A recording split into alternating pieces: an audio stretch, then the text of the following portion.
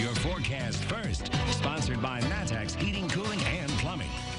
We've had basically the same forecast for a number of days, and today was no exception. Temperatures were able to get into the 80s, and we've had some pop-up showers and storms in the afternoon. Again, moving in from the south to the north through the viewing area. 80 degrees in Champaign, 88 in Watseka, one of the warmer spots. They've been kind of farther away from storms. 82 in Lincoln, 80 in Springfield, and 75 in Taylorville. We've got our Mattoon weather camera up, from Charleston, I should say. Our first mid-weather camera on our roof in Dargina. It does show partly cloudy skies there with a few towering cumulus clouds of some storms in the distance. Winds remain out of the south-southeast or so, up to around 15 miles per hour. And we're again looking at very nice, albeit warm conditions for the backyard forecast. But we are talking about a bit more clouds for the day tomorrow. WCIA 3 News starts right now. Now from WCIA 3 News. One state representative is trying to kick the governor out of office. Why he says Pritzker has to go. Plus, a COVID-19 outbreak site is starting to rehire people. What changes the company made to keep employees safe? I don't think I would have had what it took to get where I'm at now without the program. And students don't have to wait until the future to make their dreams come true.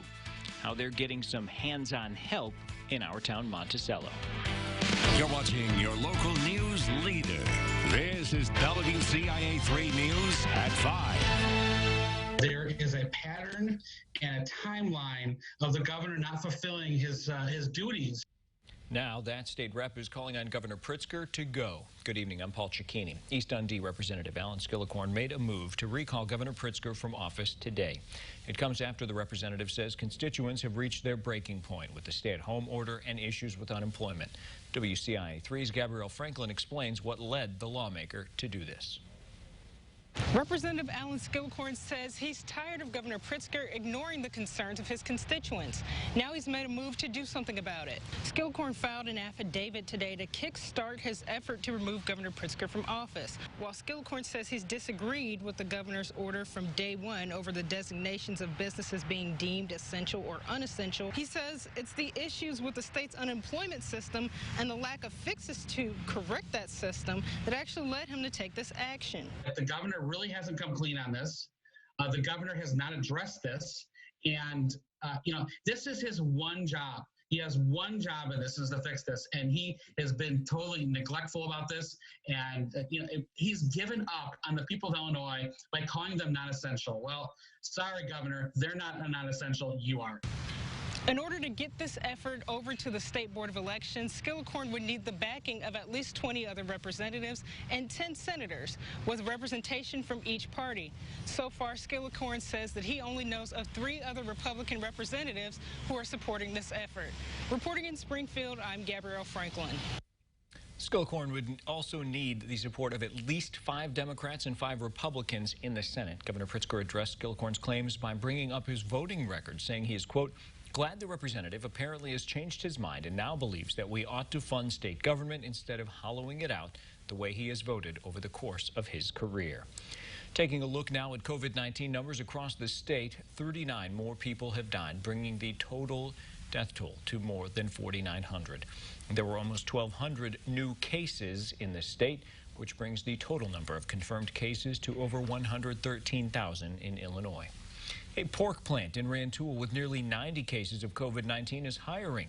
WCIA 3's Courtney Bunting reports it's taking new precautions to make it a safer place to work. 88 COVID-19 cases have been confirmed at Rantoul Foods, but as an essential business, it remains open.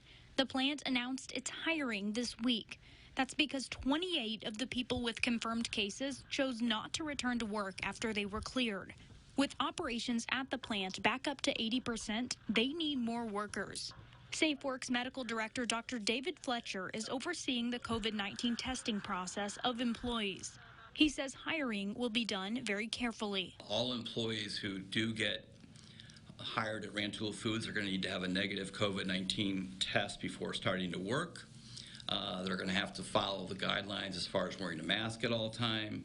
There's some staggering as far as breaks and lunches. All employees are being screened for symptoms every day. The employees who are out there, feel comfortable that their employer is trying to protect them. At the same time, put product out to the marketplace and feed America. Reporting, I'm Courtney Bunting, WCIA 3, your local news leader.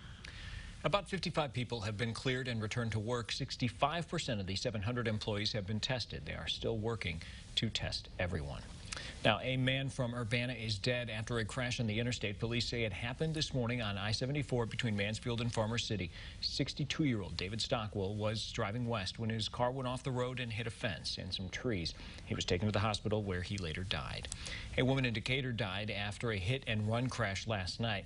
Happened at the intersection of Jasper and Condit Streets around 9:30. WCIA 3's Jamie Mays reports people in the community are mourning her death. Monday night, Decatur police came to this intersection after 2 cars crashed. Police say 4 people from one of the cars had to be taken to a hospital. A 27-year-old woman from Decatur later died. Family left balloons and flowers at the intersection. I spoke to someone in Decatur who knew the woman who died. She was a beautiful young lady, bright spirit, good heart. Police say the driver of the other car ran away and left the car he was driving at the scene.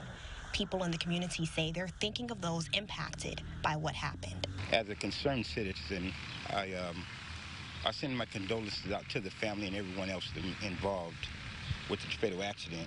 Police say they have a team investigating the accident. Reporting in Decatur, Jamie Mays, WCIA 3, your local news leader. Police are still searching for the driver who left the scene. Anyone with information should call Decatur Police. Well, not everything you need to know for your future has to be taught inside a classroom. Now, some students are getting the experience they need. Plus, COVID-19 forced people to make a lot of changes. Why some of those could be here to stay for doctors.